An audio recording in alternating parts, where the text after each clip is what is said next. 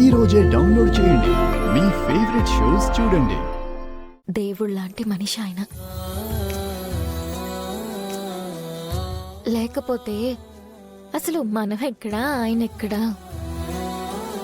ఆయనకి మనకి సంబంధం ఏంటి?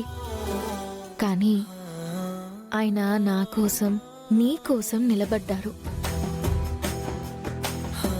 ఎన్ని కష్టాలొచ్చినా, ఎన్ని అవమానాలు పడ్డా, ఎన్ని మాటలు పడాల్సొచ్చినా ఆయన మన చెయ్యి వదల్లేదు. మన కోసం ఆయన ప్రేమని వదులుకున్నారు. ఆఖరికి తన కుటుంబాన్ని కూడా వదులుకోవడానికి సిద్ధపడ్డారు. ఆ దేవుడు కూడా అంతలా చేయలేడేమో.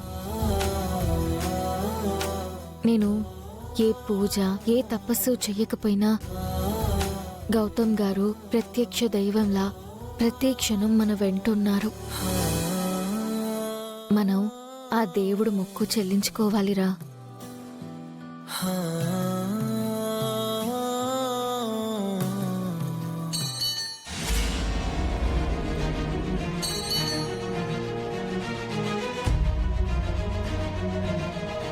ఎవరో వచ్చినట్టున్నారు. ఈ టైంలో నేను ఇలా తినడం చూస్తే బాగోదు.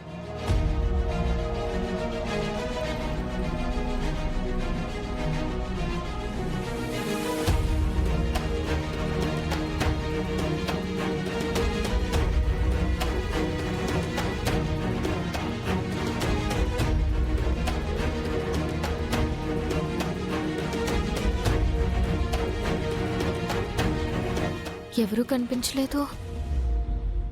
ఏదో పిల్ల వచ్చినట్టుంది. త్వరగా పైకి వెళ్ళిపోవాలి.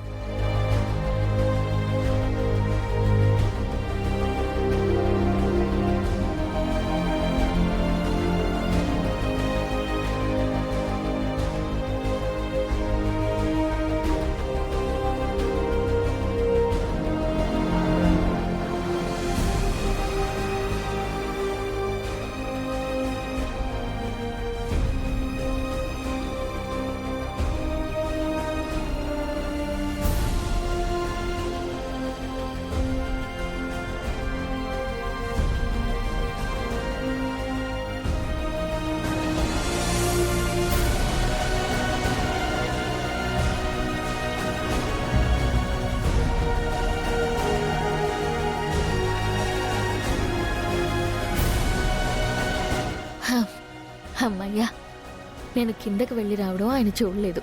చూసుంటే నాకు చెప్పాలి కదా అని మందలించేవారు. ఆయన నిద్ర కూడా డిస్టర్బ్ అయి ఉండేది.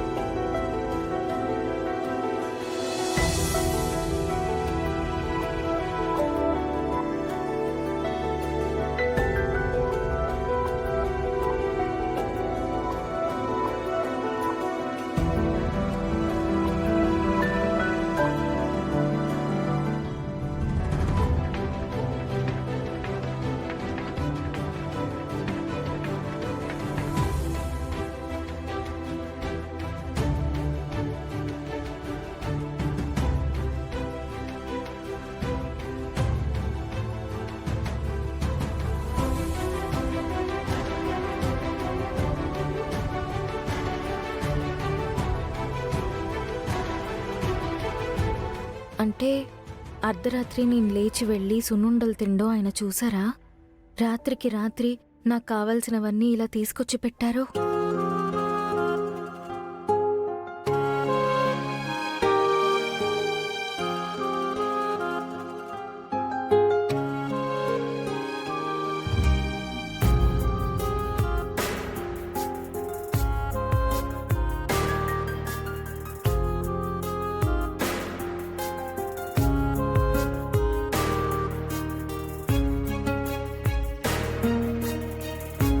అడగందే అమ్మైనా అన్నం పెట్టదు, మొక్కందే దేవుడైనా వరాలివ్వడు.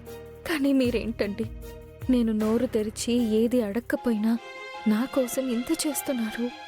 రోజు రోజుకి రుణపడిపోయేలా చేస్తున్నారు. ఇంత చేసి నాతో ఒక్క మాట కూడా చెప్పకుండా ఏమీ తెలియనట్టు నిద్రపోతున్నారు. నా కోసం ఇంత చేస్తున్న మీకు తిరిగి నేనేమి ఇవ్వగలనండి? ప్రతిరోజు ప్రతి క్షణం నా గురించే ఆలోచిస్తూ, నా సంతోషం కోసం, నా కంఫర్ట్ కోసం ఏం చెయ్యాలో అది చేస్తూ మిమ్మల్ని మీరు మర్చిపోయి నేనే మీరు అయినట్టుగా ప్రవర్తిస్తున్నారు. చిన్నప్పటి నుంచి నేను కోల్పోయిన మా అమ్మ నాన్న ప్రేమని, ఆప్యాయతల్ని, అనుబంధాన్ని, సన్నిహితుల అనురాగాన్ని అంతా మీరొక్కరే నాకిస్తున్నారు. తిరిగి నేను ఏమివ్వగలనండి? నా వల్ల మీరు కోల్పోయింది నేను మీకివ్వాలి, మీ జీవితం మీకివ్వాలి. అంతకు మించి నా జీవితానికి వేరే అర్థం, పరమార్థం లేదు.